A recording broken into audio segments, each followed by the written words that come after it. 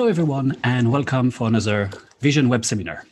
If you are new to this talk series, I would like to mention that these talks are part of the Worldwide Neuro initiative. It's a COVID-inspired platform that for the last year has allowed fellow neuroscientists to present their ongoing work and allowed continued interaction with their peers within their own respective field of study. So you might be interested in looking at the upcoming talks and topics. There's also plenty of podcasts already available, including our own from the University of Sussex Vision series, but also from To Begin Neuro Campus group and also from the Lund University Vision Science. And of course, you have also other topics not related to vision. You will find all the relevant links as usual in the description.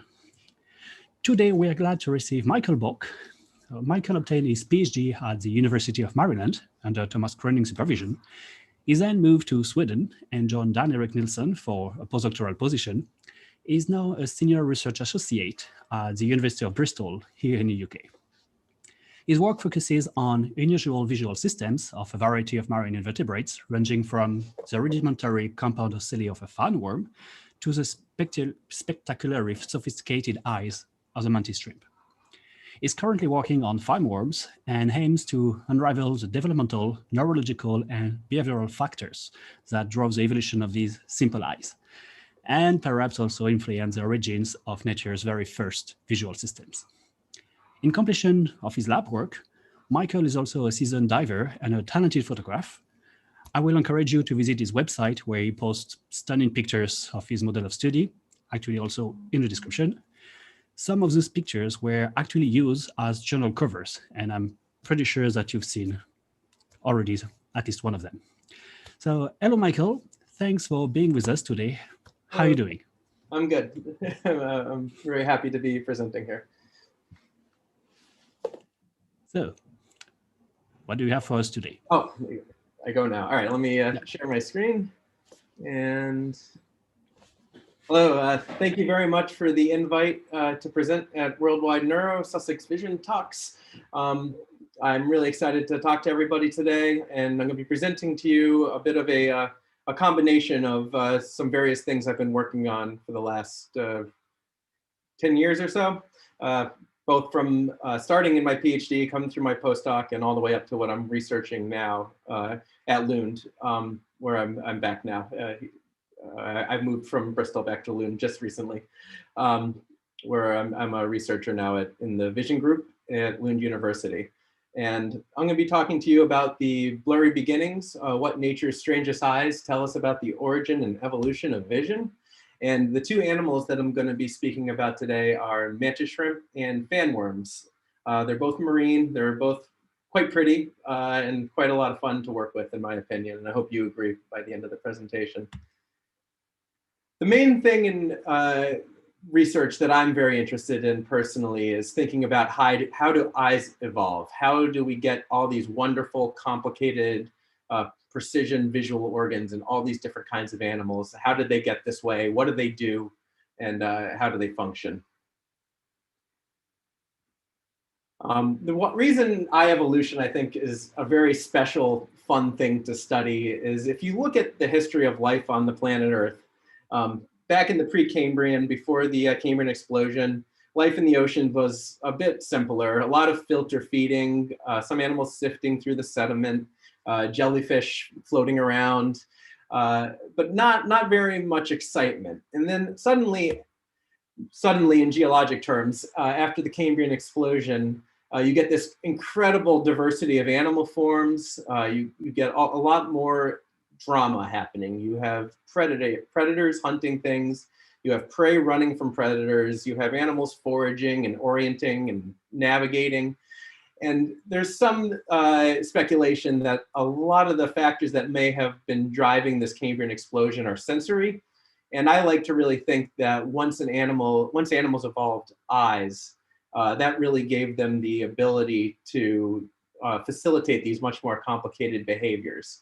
Of course, it was probably multiple factors that contributed to the Cambrian explosion. But once you have vision, you can assess your world at essentially the speed of light.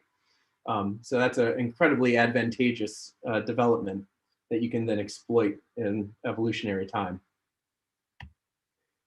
So the eyes I'm going to talk about today in nature, there's basically two types of eyes. There's compound eyes and simple eyes. Compound eyes, there's a single photoreceptor unit behind each individual lens or facet in the compound eyes. In insects, these are called ommatidium. I'll be calling them ocelli today. These individual optical units with a single photoreceptor, and you put many of them together to make a compound eye. Then there's the simple eyes, which is closer to what we have, where there's a single lens element, and behind that single lens element, light is focused onto a whole array of photoreceptors from the single lens. So those are the two types of eyes you find in nature, with some exceptions and all kinds of crazy modifications. If you look across all the different phyla of animals, you can see examples of these two different eye types. You'll see some phyla have both in different species. For instance, the mollusks have compound eyes in some clams, and simple eyes in a lot of cephalopods and some mollusks, some other bivalve mollusks. But there's incredibly beautiful diversity of eyes from different animals, from different phyla. And there's examples of convergence here and all kinds of diversification. So there's lots of good things to study in eye evolution. Thinking down to basics about how a precision instrument like an eye gets to where it is today in humans, being able to do very complicated tasks related to resolution and color vision and polarization vision and all these other types of visual modalities. You'll often see on creationist websites this quote from Darwin from The Origin of the Species, where he professes that to think about an eye, which is such a complicated organ, having evolved by natural selection seems absurd in the highest possible degree.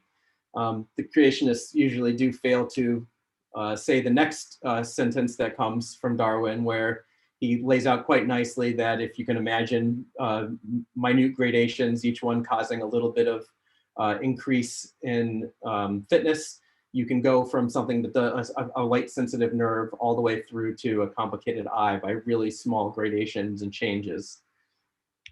And Darwin and others later used examples from extant animals to illustrate this point. So one of the classic examples is in mollusks.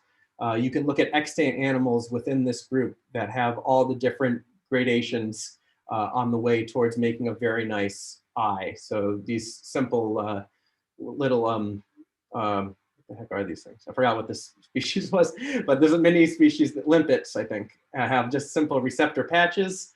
Others have a cup eye that gives some more directionality.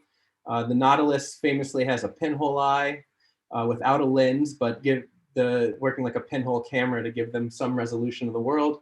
And then a lot of the squids and cuttlefish and octopus have very nice simple eyes that look a lot like ours. But you can learn about how eyes evolve by looking at what extant animals use these different types of eyes for and how these different types of eyes function.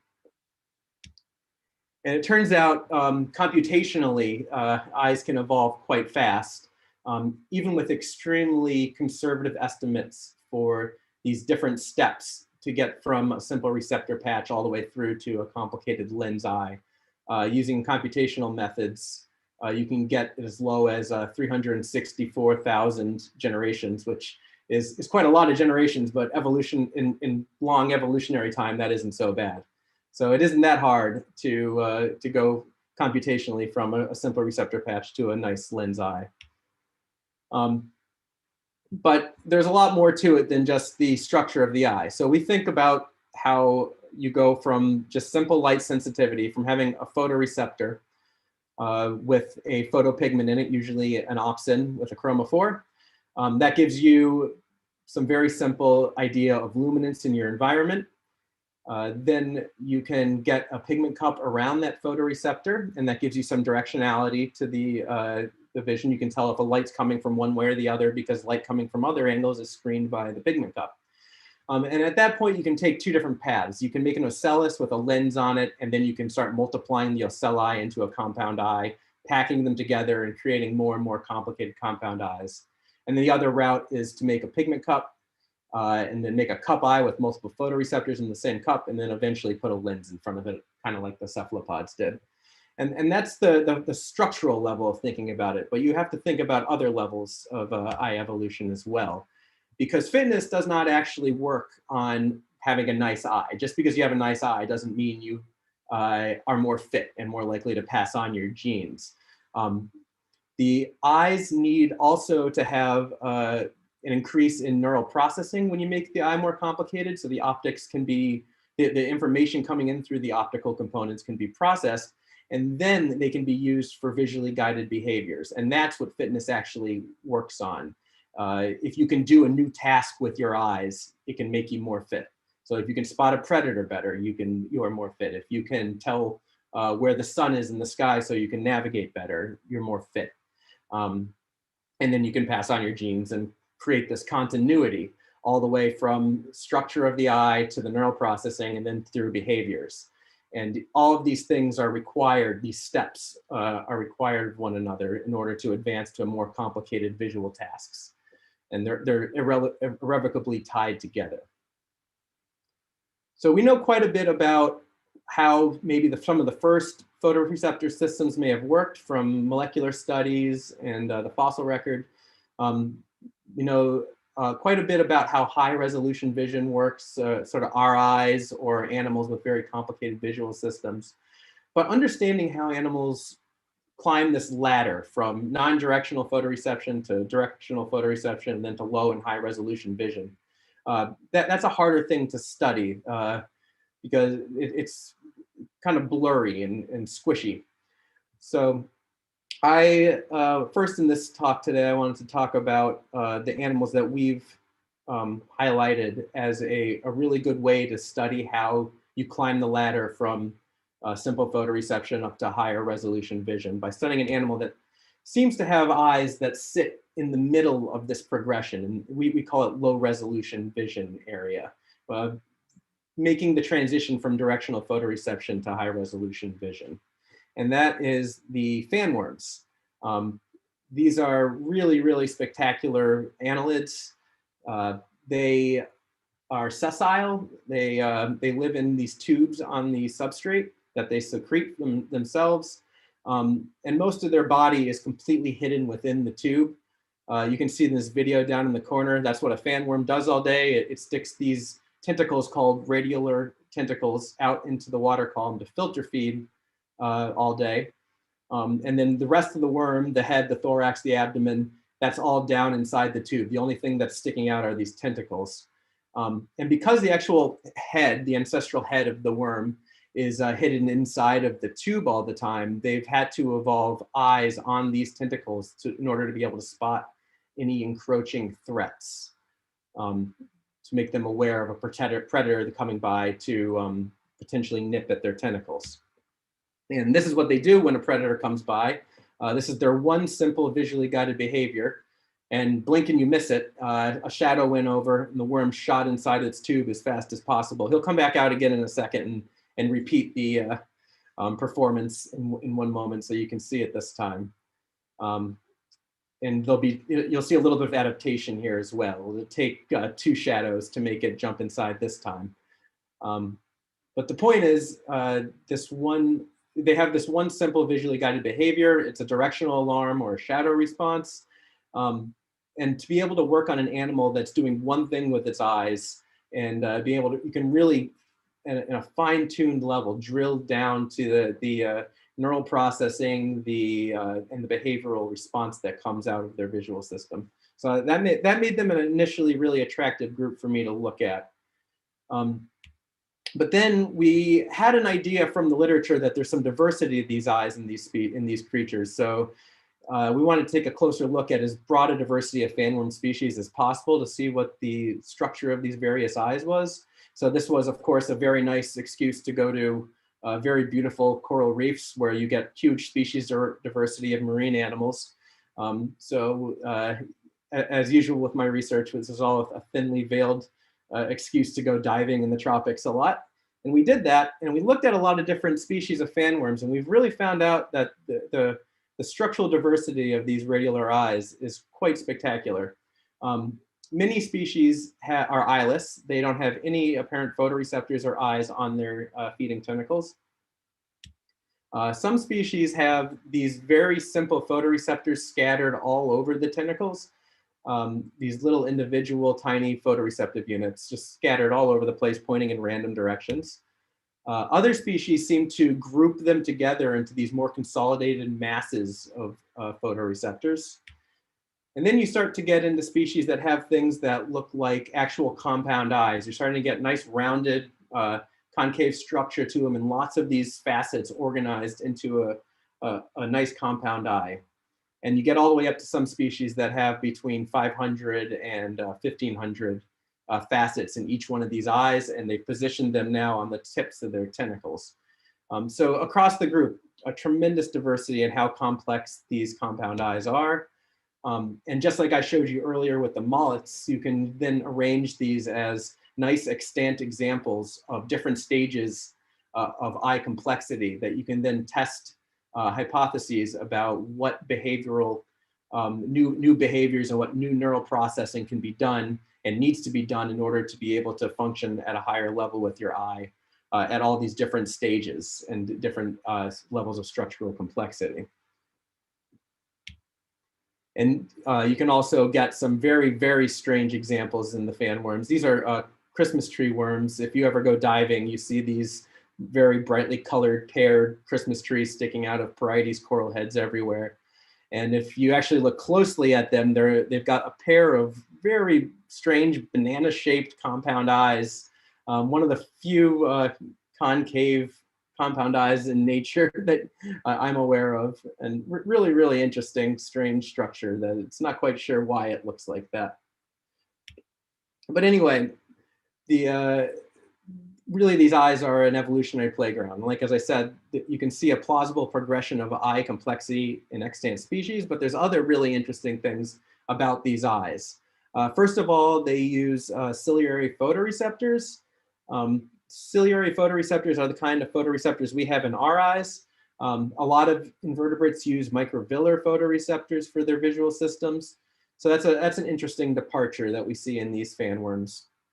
And other annelids use microvillar photoreceptors in their eyes, like Platinareus or many of these other errant polychaetes. Also, they have a hyperpolarizing light response, which is fairly typical of ciliary receptors, but again, puts it at odds to how the visual photoreceptors work in a lot of other invertebrates.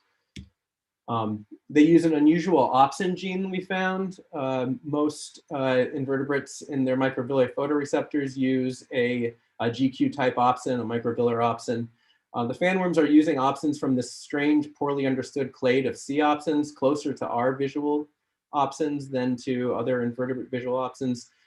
The thing they're most closely allied to are these deep brain invertebrate photoreceptors. So it seems like they've just pulled this, we don't really know what it's used for in many of these animals, pulled this deep brain photoreceptor opsin out of their genetic toolkit and plugged it into these eyes that they have developed on their tentacles. No other animal uses one of these opsins in something that you would call an eye. And every species of fan worms that has eyes expresses one of these C-type invertebrate opsins, as well as some other opsins in some cases. But it seems the C-type opsin is the primary driver of their visual system. And also, the most surprising thing we found was that the structure of the individual ocelli from one species to another is extremely diverse. So we assumed that they were just using the same sort of receptive unit and then grouping together more or less of them in a more or less structured way to create more complicated compound eyes. It turns out that is not the case, and that almost every individual genus of fan worms that we've looked at has a unique structure of these individual ocelli. Different cells are creating the lenses, the lenses are made out of different material. Different numbers of cells are responsible for the overall unit. It seems that the photoreceptor cell is conserved, the ciliary photoreceptor cell, but then everything else about the optical structure of these ocelli is completely unique in each group. And there's so many different kinds of optics. Some have typical glycogen type lenses, others use dense masses of things that seem derived from mitochondria as a sort of an ellipsoid body type refractive structure. Other species have tapetum, where they reflect the light back through the photoreceptor, sort of like a cat's eye at night. And some species may even have a polarizer built in, made out of derived mitochondrial rods that might help cut through the haze in the aquatic environment a little bit. But the point here is that every single genus seems to have rolled the evolutionary dice and came up with a different fundamental ocellus unit, and then grouped them together to greater or less complexity. So it's a much more complicated story of the evolution of these eyes than we originally thought. We're working a lot harder on trying to understand that right now, how these different outcomes are apparently being used for the same exact task. And the other really interesting things about these fan worms is that many species have distributed eyes. There's a few examples of these in the invertebrates. Box jellies, for instance, have these ropalium that have a bunch of different optical units on them, little cup eyes, as well as 2 big lens eyes. And there are 4 of those around their bell. Echinoderms like starfish have eyes on the tips of their tentacles. A lot of mollusks have dozens or hundreds of little eyes all over their mantle. This is an example of a scallop. I'm less thrilled to eat scallops now that I know they have pretty little shining blue eyes all over the place. It's a little bit too cute in a way. And then also the annelids, these fan worms, many species have dozens or hundreds of these simple compound eyes scattered all over the place. And these sorts of visual systems depart very heavily from our visual system, where we have 2 consolidated eyes on our heads that we very nicely control where they're pointing. It becomes much more hard to understand what kind of behavior can be controlled when you have dozens or hundreds of eyes pointing in every direction at the same time, often with poor control over what they're pointing at. How do you filter out all the overlapping, redundant chaos of a visual system like this in order to actually control visually guided behaviors? And the fan worms are a very nice species with which to answer this question, because we have species that have a pair of nice big consolidated compound eyes, and then they live right next to a species that have dozens or hundreds of much simpler eyes. And they're using them for that same exact behavioral escape response. So it's a really great system in which you can study the trade-offs of these 2 different strategies to imaging the world. And we're doing this from a very neuroethological perspective. We're looking at how the photoreceptors actually function, how the brain is processing that information, and then what's the actual behavioral outcome. What visual stimuli are these distributed versus consolidated eye designs able to actually help the animal achieve? So we've done a bit of work on the actual electrophysiological response of these eyes. And we found that they respond to blue-green light, which makes sense in a shallow marine environment. It's good to spot a silhouette of something coming at you if you see the green light behind it, which predominates in that habitat. We've also found, surprisingly, that the temporal resolution of the eyes, the flicker fusion of the eyes, is actually quite high for a distributed eye shadow response alarm system. They can respond to around 35 to 40 hertz. Which is on par with some of our photoreceptors.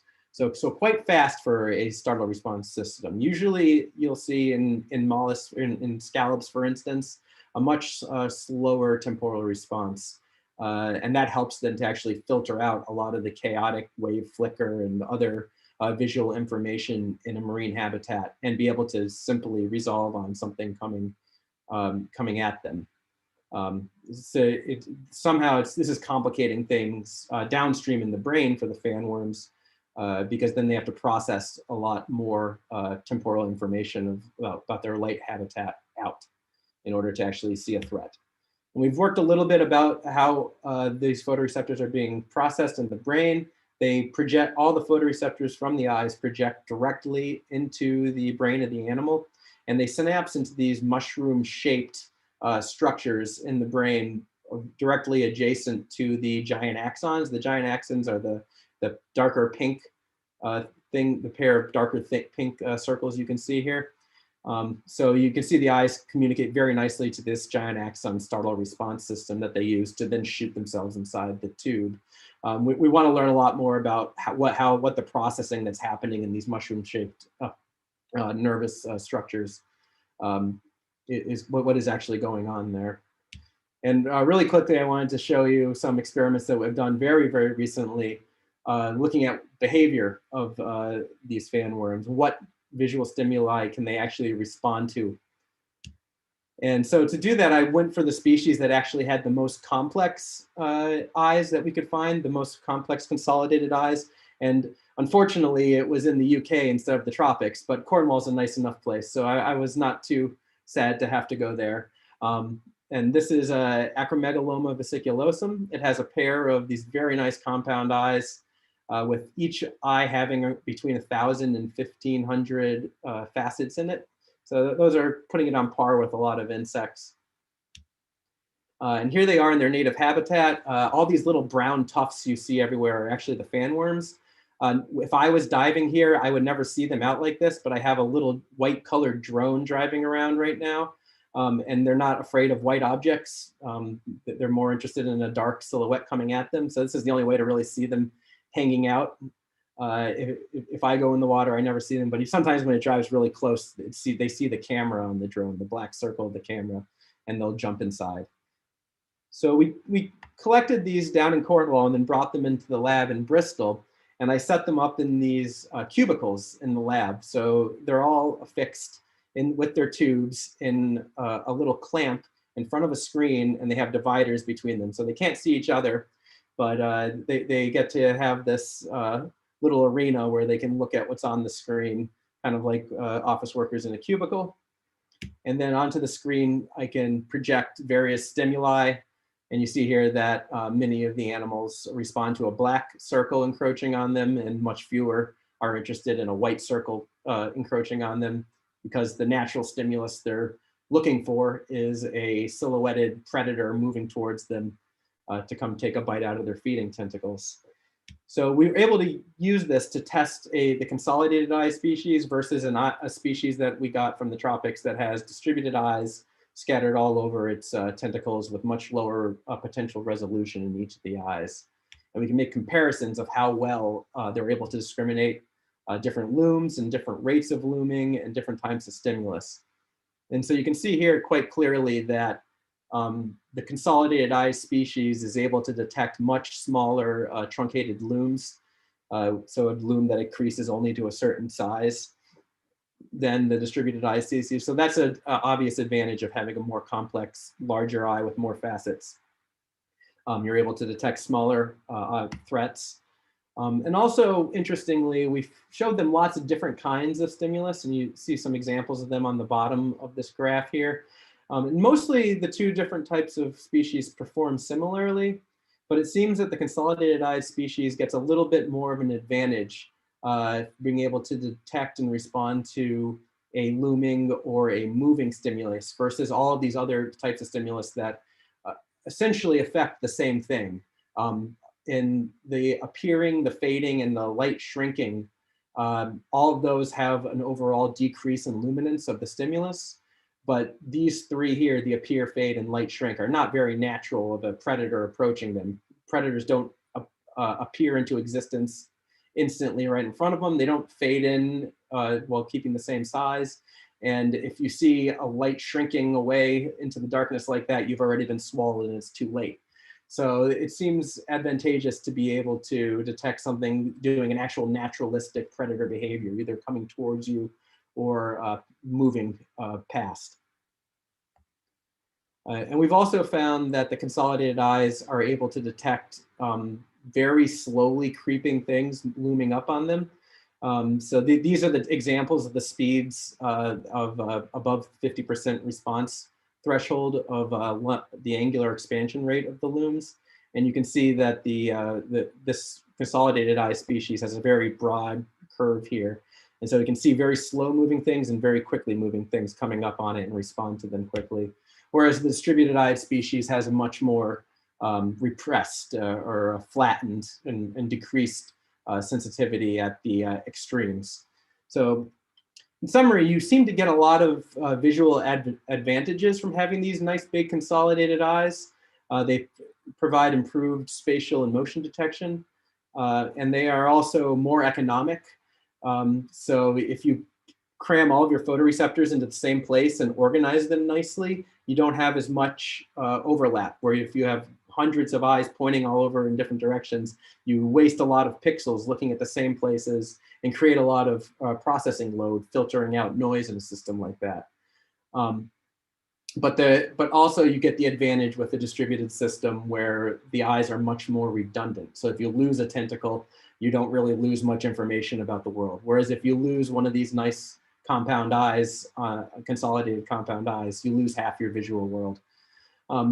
But it's really surprising then that the consolidated model isn't more common in these groups. Most species have distributed eyes or scattered eyes. Only one genus really has these very nice consolidated eyes. And with the visual advantages you get, it's really surprising that it hasn't become more prevalent in the group. So I'm going to have a halfway point here. You can read more about these fan worms and the work we've done on them here. These are some of our recent papers. But moving on to the next section of the talk, I think the fan worms do a very good job of covering this central area of this evolutionary continuity of eye evolution. But then it's also interesting to look at eyes that really elaborate on these simple eye designs and do some really wild, interesting things with it. And for that, we're going to look at the mantis shrimps. And they are probably one of the coolest animals in existence, in my opinion. They're really beautiful and they do really interesting things with their visual system. So they're a colorful and diverse group of marine malacostracan crustaceans. They are they're an order of about 500 currently described species. They range in size from 40 centimeters down to little thumbnail-sized species. And as you can see here, there's a tremendous diversity in color, in size, sometimes within the same species. There's quite a lot of dimorphism between males and females or between different individuals. So really spectacular to look at. Really, really pretty animals. And the other really cool thing about them is that they're these really feisty, aggressive predators. They use these specialized arms called raptorial appendages for hunting.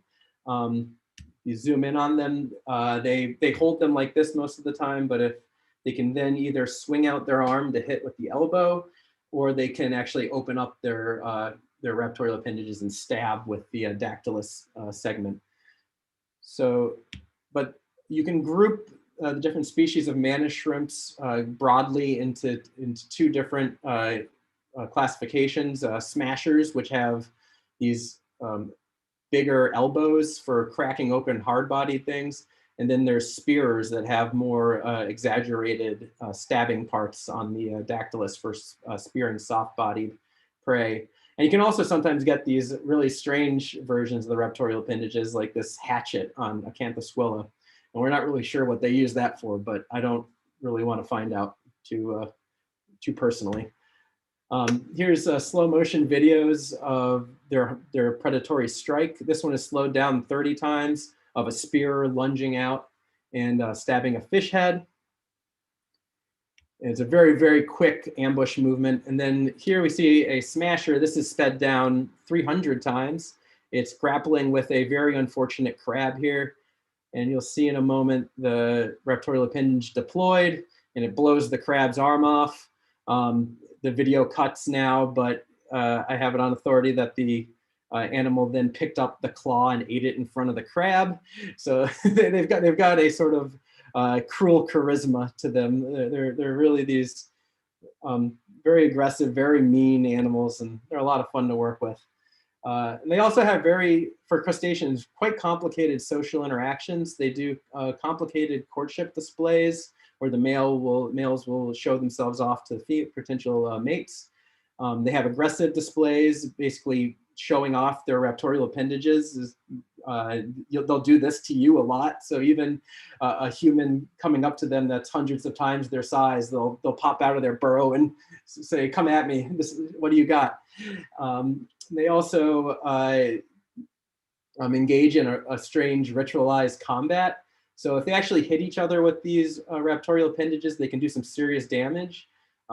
So they've come up with this sort of dance they do where one individual will approach the other and put its hardened tail up in front of the other individual. And then that one will hit the tail as hard as it can, and then they'll switch around and hit the other one's tail as hard as they can. And that way they can decide who's stronger without smashing each other in the face and like damaging their eyes or antennae or anything else that's really important. It's a good way of not wiping out your own species. But the final thing that's really amazing about mantis shrimps is their eyes. And you can see them here. They can rotate them in 3 different axes independently of one another. They look in different directions at the same time. And for an invertebrate, they project a ton of inquisitiveness and curiosity. You see him cleaning off his eyes there, keep detritus off of them. But I think that the way they look at things, and if there's something interests them, they'll sort of snap to attention on it, is kind of a unique thing in invertebrates. They seem like to have a lot going on behind the eyes, and makes them very charismatic to work on visually. To sort of explain to you how complicated their visual system is, we can start by grounding you in a human visual system. This rainbow on top of the spectral plot tells you what these different wavelengths of light are corresponding to in our color perception. And to see these different colors, we have 3 cone photoreceptors, a blue, a green, and a red. And we also have a rod for dim light vision. And then if we compare that then to a mantis shrimp photoreceptor arsenal, you can see that they have massively expanded into the near infrared on one side and into the deep UV on the other. And then throughout the color space, they've very much narrowed individual photoreceptors and bend them into these narrow bends all the way across the entire spectrum. So a really tremendous number of photoreceptors in a single eye for different colors. And so to just orient you within a mantis shrimp eye, we break it down into 3 regions. You could have noticed in the video earlier that when it looked at you the right way, you can see the 3 pseudopupils at the same time, contributing to these 3 different parts of the eye. And there's the 2 hemispheres, the dorsal and ventral hemisphere, and then a specialized midband region. If we look at the dorsal and ventral hemispheres, the actual structure of the underlying photoreceptors here and the ommatidium is very typical of crustaceans. There's a cornea and a crystalline cone. These lens segments focus the light down into a rhabdom that is made by an R8 cell, usually short wavelength sensitive first, and then it goes past that rhabdom into a main rhabdom created by 7 other retinular cells. And those are usually sensitive to blue-green middle wavelength light. And if we look at the dorsal and ventral hemisphere for mantis shrimp, it in many ways resembles a typical crustacean eye system with a short wavelength R8 and then a longer wavelength blue-green receptor that's quite broad. However, if we look into the midband, things get a lot more complicated there. They split some of these main rhabdoms up into multiple tiers. So light in rows 1 through 4 actually goes through the R8 UV receptor and then 2 other types of photoreceptors created by the other 7 retinular cells.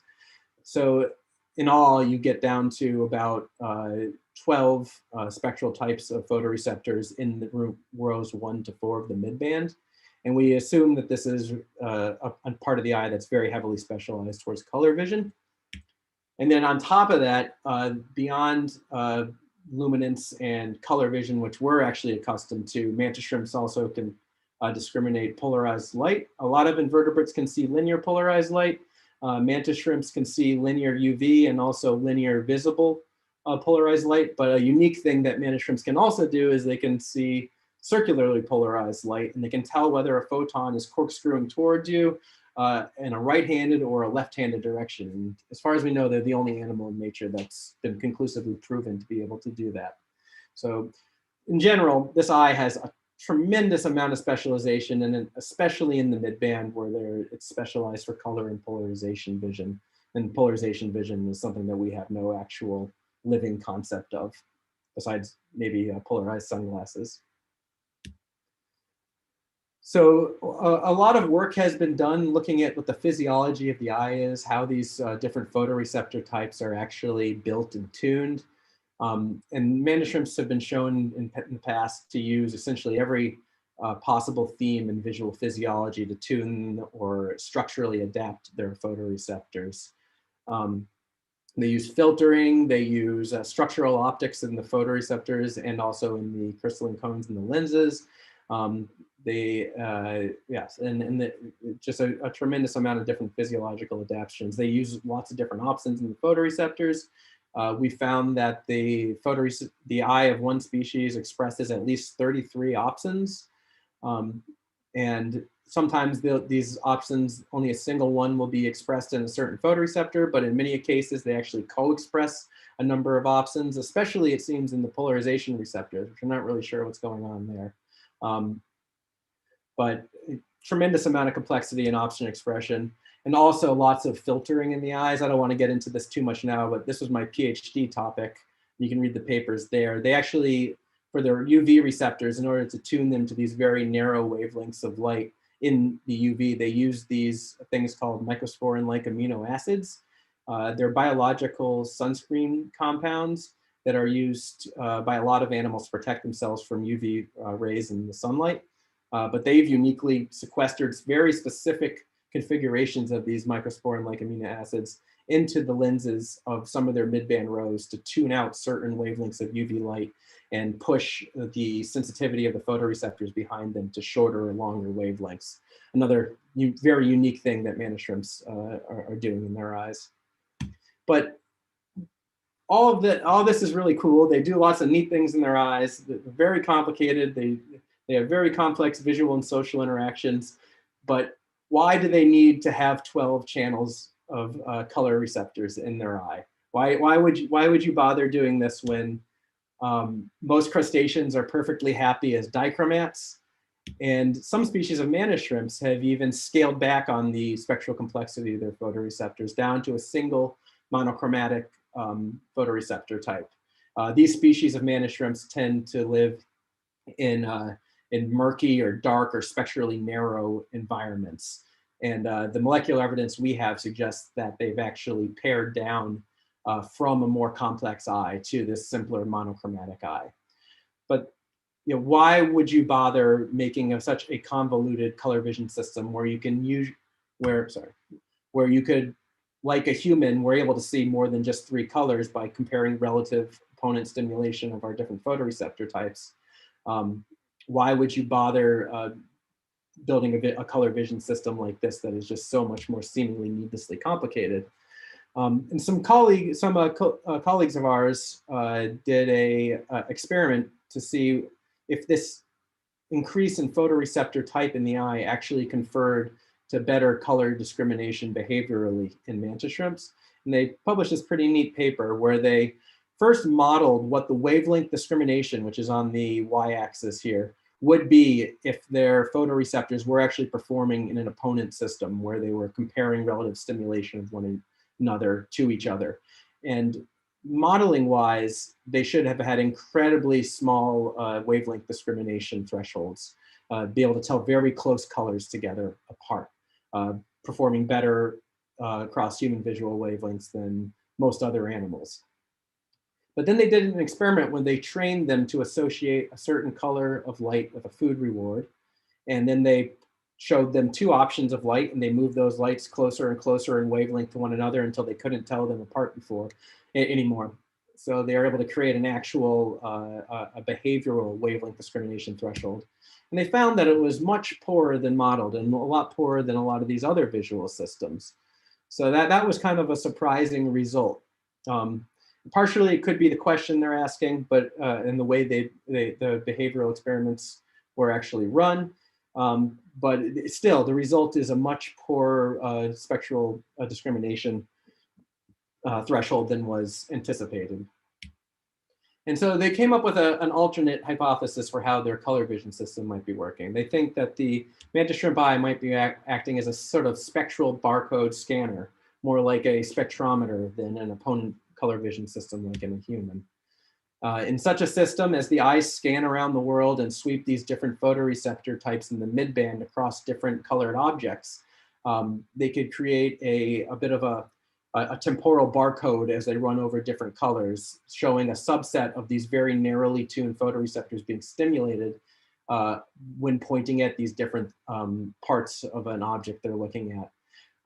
And the advantage of this could be that it sort of pushes the processing of this color vision information out of the brain and into the eye. So at the receptive level, you're actually doing a lot of the processing, and then that saves you having to do much more neural processing further downstream in the brain. And you can very quickly get a sort of a recognition of which color you're looking at without doing opponent processing and comparing relative stimulation of different photoreceptors by just looking at which subset of photoreceptors were stimulated. And that's quite an interesting idea. And it's a very different path to a color vision system than the canonical system of color vision like ours, an opponent processing system where we see much finer degrees, gradations in wavelength by comparing relative stimulation. Their eye may function more just like a spectrometer. But I think that they might be able to do a little bit better even than those experiments might have suggested. But at the same time, when you're trying to think about what a mantis shrimp's color vision system is being used for, it probably isn't being used to its fullest potential, I don't think, to spot something floating in the water column and then go attack it. If you look at mantis shrimps, they're incredibly colorful. And I think it's a quite obvious hypothesis then that they might be using this color vision system to look at one another. That might be the primary importance of it to facilitate these complex social interactions that they display. So like I said earlier, they have these aggressive displays where they show off very specific parts of their body, their raptorial appendages. On the inside of their raptorial appendages is something called a Merrill spot. A lot of smasher species that live in overlapping habitats with other smashers have different colored mural spots. So we hypothesize that there's some role in species identification in these spots. They also do a display called a hammer block where they push their hammers to the entrance of their burrow as if to say there's a mantis shrimp in here. So these became very obvious parts of the anatomy that might have some sort of color cue that they're showing one another that's important for facilitating their combat. So we did a very simple analysis of this where we looked at what the sensitivities of their different photoreceptors were, and then we measured the reflectances of lots of different parts of mantis shrimp anatomy and focused mainly on the mural spot and the club, which they show off very predominantly in their aggressive displays to one another. And one thing we noticed immediately was that this very special UVB photoreceptor that they have that is sensitive to very, very short wavelengths of light overlaps really nicely with short UVB reflectance that is very specifically on the club. But we could go beyond this and then sort of model if a mantis shrimp eye scanned over this raptorial appendage of another animal and made a simple color recognition comparison between the Merrill spot and the club. We can create this simple little chart where each of these bars is associated with one of their color photoreceptors. And if you looked at how much the raptorial appendage, the club versus the Merrill spot stimulates each individual photoreceptor, you get this sort of wavy graph of bars saying this simple scan pattern is what's attributed with this species of mantis shrimp. And then if we look at lots and lots of different species of mantis shrimps and create these graphs from the reflectances of their Merrill spots and their clubs, we can see that amongst these large smasher species that live in overlapping habitats, there's a tremendous amount of comparative information you can get by doing this scanning method, much less so for many of the spear species. The spears are typically more sedentary in their habitats. They don't meet each other as they're out roaming. So this visual system, this color vision system, could be a really quick snapshot way of doing species identification based on color profiles of various parts of their body. It may also be used for sexual discrimination. Many species, the male and the female, if you look at these parts of the aggressive display, the mural spot and the club, there's no difference in the, there's very little difference in the reflective patterns between the males and the females. But then if you look at other spots that they show one another when they're doing courtship displays, such as the uropods on their tail and the colors on their back, which they will sort of walk around past each other and show off. You can see some severe departures, especially in the UV, for males versus females. Males are more reflective of certain UV wavelengths. And you can actually extrapolate this idea of a snapshot system to that as well, of color recognition. So what is the Mantis shrimp color vision system being used for? We don't really know yet, but it seems like a really good hypothesis that this really elaborate color vision array is being used for a sort of color recognition that's different than color vision, that quickly allows mantis shrimps to make assessments about whether it's a spear or a smasher they're looking at, what species they're looking at, what gender they're looking at, how vital, how well pigmented and healthy the animal looks. So I think that's quite a interesting thing we're going to follow up in the future to look at what they're actually using their color vision for. I really like this idea. Very early on in mantis shrimp evolution, this is a species from the Devonian. And you can see even very on 350 million years ago, they already have a well-developed raptorial appendages. And I like the hypothesis that once they had this weapon that they could literally obliterate each other with, there was a tremendous amount of evolutionary pressure to make a visual system that could quickly communicate visually to one another and be able to diffuse and talk things out and assess one another quickly before coming to blows and killing each other. Roy Caldwell, a great mantis shrimp ecologist, called this living with the bomb, which once you have a atomic weapon on your arm, you have to rethink about how you do everything. And the evolutionary process have apparently rethought how color vision works in the mantis shrimp eye in order to give them this system of really quick color recognition. And I think that's a really fun hypothesis, and I really want to follow that up further in the future. And I hope now both of these examples have shown you some things I'm interested in with animal vision and how creative evolutionary processes can be to creating eyes to solve very specific behavioral problems. In the fan worms, we see that they have come up with all these different photoreceptor design and optics solutions to doing the same exact tasks. And in mantis shrimps, you can see this really interesting departure of a color vision system in order to do a very specific job of perhaps visually communicating with one another. And with that, I'd like to thank many of the people that have contributed to this work over the years, especially my PhD supervisor, Tom Cronin, and my postdoc supervisor, Dan Eric Nilsson, and Megan Porter, who I've been collaborating with since I first started my PhD. Also, all of these nice funding institutions that give me money to do this really fun and exciting work. And I'd like to thank you all for listening. And with that, unlike this fan worm, I'll be happy to take any questions. Thank you. Thanks a lot, Michael. That was very interesting. We have lots of questions if you're up to the task. But before we start, I'd like to remind our audience that if they want to ask their questions themselves or if they want to join us to further continue this topic, this discussion, they're welcome to join us. I've just shared the link for the current Zoom room we're sitting in. So let's try to organize everything. First, can we go back to the fan worms and talk about the species diversity? So we have a question from Tom Baden, who's asking, why are Christmas tree worms colorful? What do you think? Can you speculate what the color is for?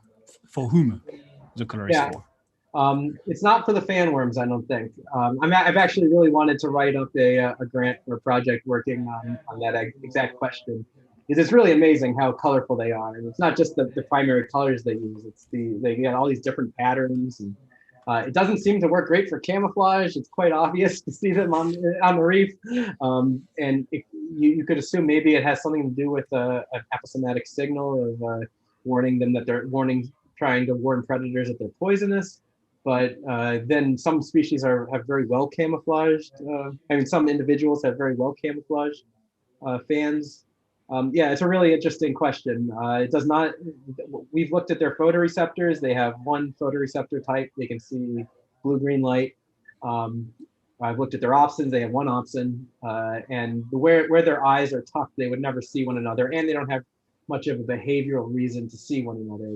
They do broadcast spawning where they all eject their gametes into the water column. But it's a really interesting question of what they're doing with those different colors, how they're building those different colors, those different pigments. And I'd really like to try to drill down on that, what the genetic reasons that are causing those differences, and maybe do some modeling of what these different colors could mean to various animals on the reef. But yeah, we don't know. Sorry, Tom. Yeah. Sorry, I try to organize myself. So still relating to diversity, I have a question from Greg Schwartz. Are the C opsins in farmworms related to opsin 3 and opsin 5 in mammals? Opsin 5. I'm talking about the gene of someone that doesn't work on mammals. I don't know the numberings off the top of my head. Are those is that like a pinopsin or a parapinopsin or?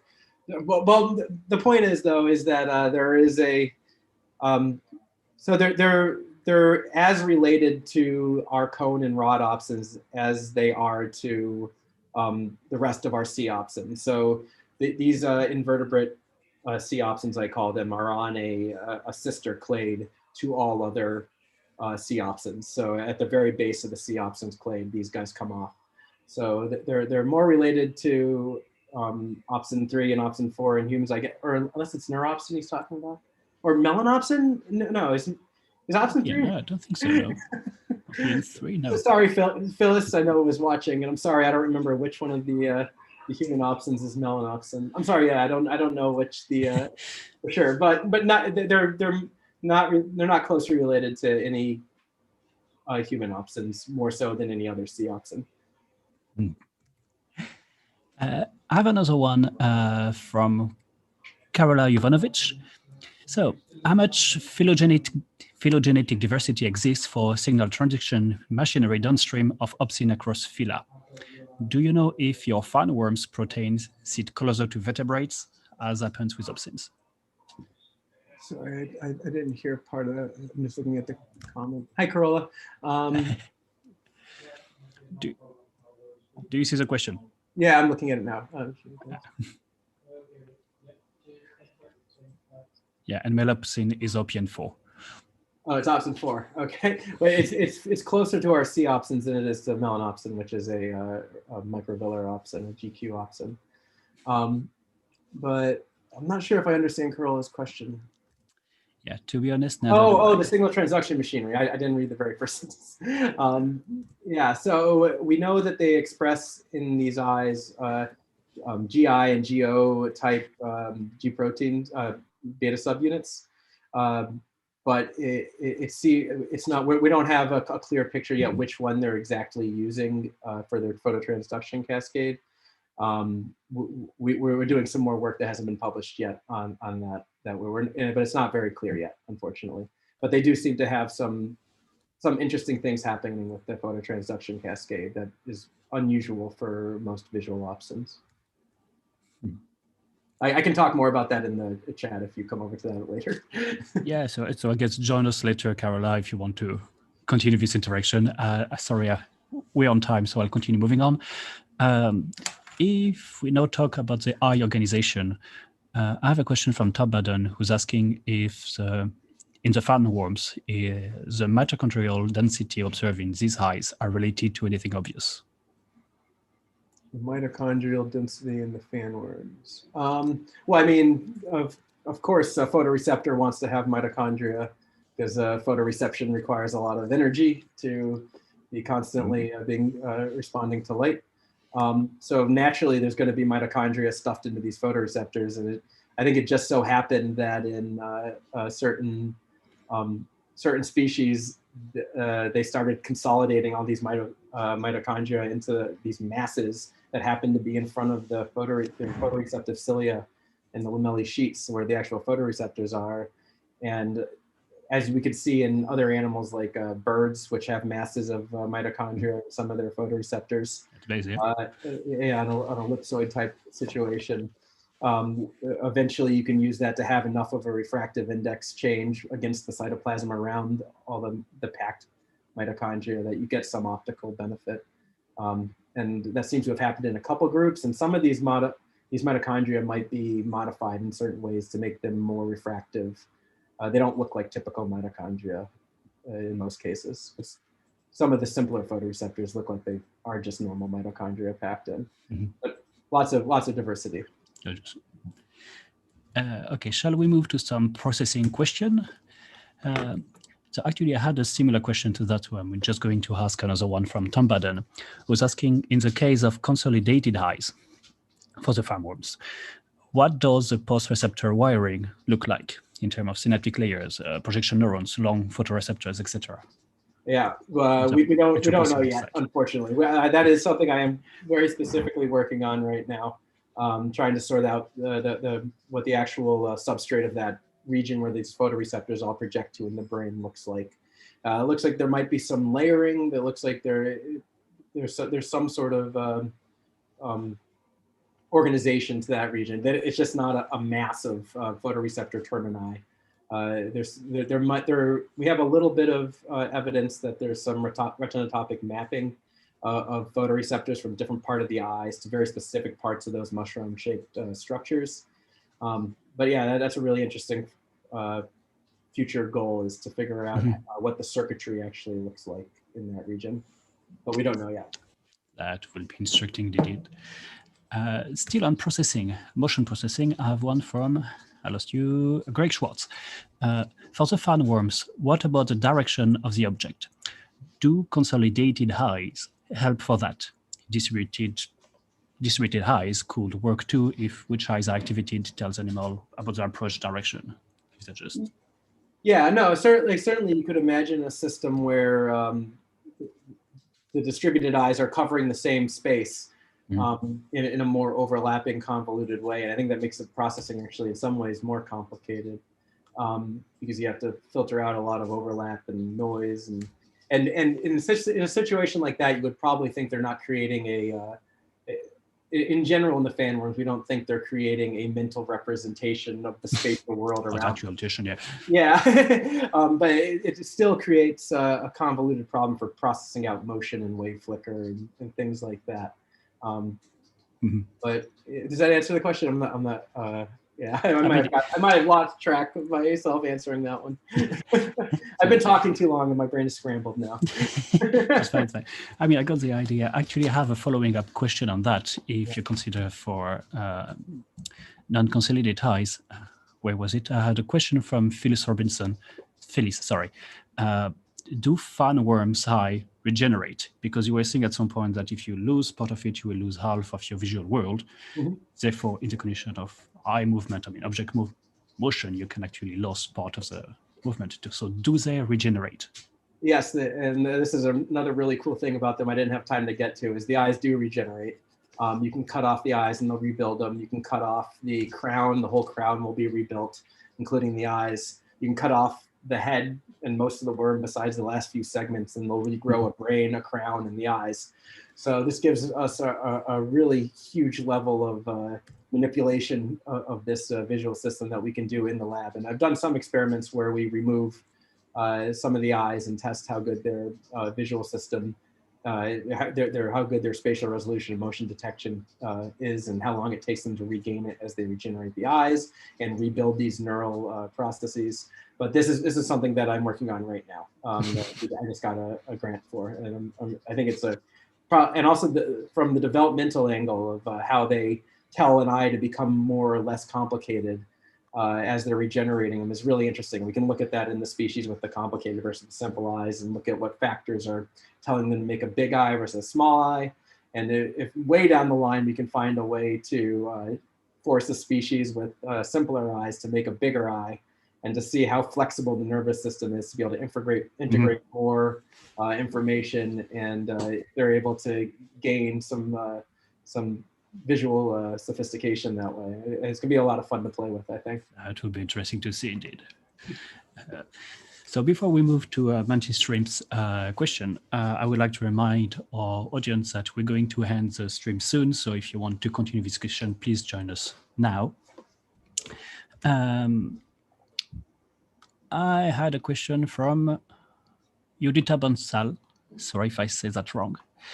Hey, Michael, thanks for the great talk. I was wondering why the Mantis streams are so colorful. Do different parts of the body signal different things? And I will go even further. At the beginning, you said that it was a social animal. I guess you mean more than just courting and avoid killing each other. Well, not much more than courting and avoiding killing each other. Some species, a lot of the spears actually form long-term monogamous pairs, and the females will live below them in the male in the burrow, and the males will have much larger eyes and much bigger raptorial appendages for hunting, and they catch fish or squid and then pass them down to the female, and she eats most of it and gives him the scraps. and if the male is ever lost, then she advertises for a new male to come, or she goes to look for a new male. I think they are quite, for a crustacean and for an invertebrate, I think they have quite sophisticated social interactions. The courtship, and especially the ritualized combat they do to obliterating each other. It's like knights sparring with swords and shields. It's a really cool dynamic. But yeah, I think I mentioned it. I may have been going through it very quickly in the talk. I think there are specialized regions on the body for these different sorts of communication that they're doing. So the aggressive display is very much focused on the raptorial appendages. When they do a courtship display, sometimes they'll be sort of walking back and forth, showing different parts, showing off these antennal scales, which are these little flappers on the side of their head, and also these feather-like things on their tails. And they seem to use those in courtship. And in the ritualized combat, that usually comes from an aggressive display initially, and then other parts of the body too. But yeah, I think it's very anatomically distinct regions have important color information for different behaviors that they're doing. That's a large topic indeed. Thank you, Michael. That was very interesting. I will now end the YouTube live. If you want to join us, you have 30 seconds to do so. And I would like to remind our guests that we have another talk next week, and I hope to see you there. So thanks again, Michael, and see you on the other side. Thank you very much. Thanks everyone for listening.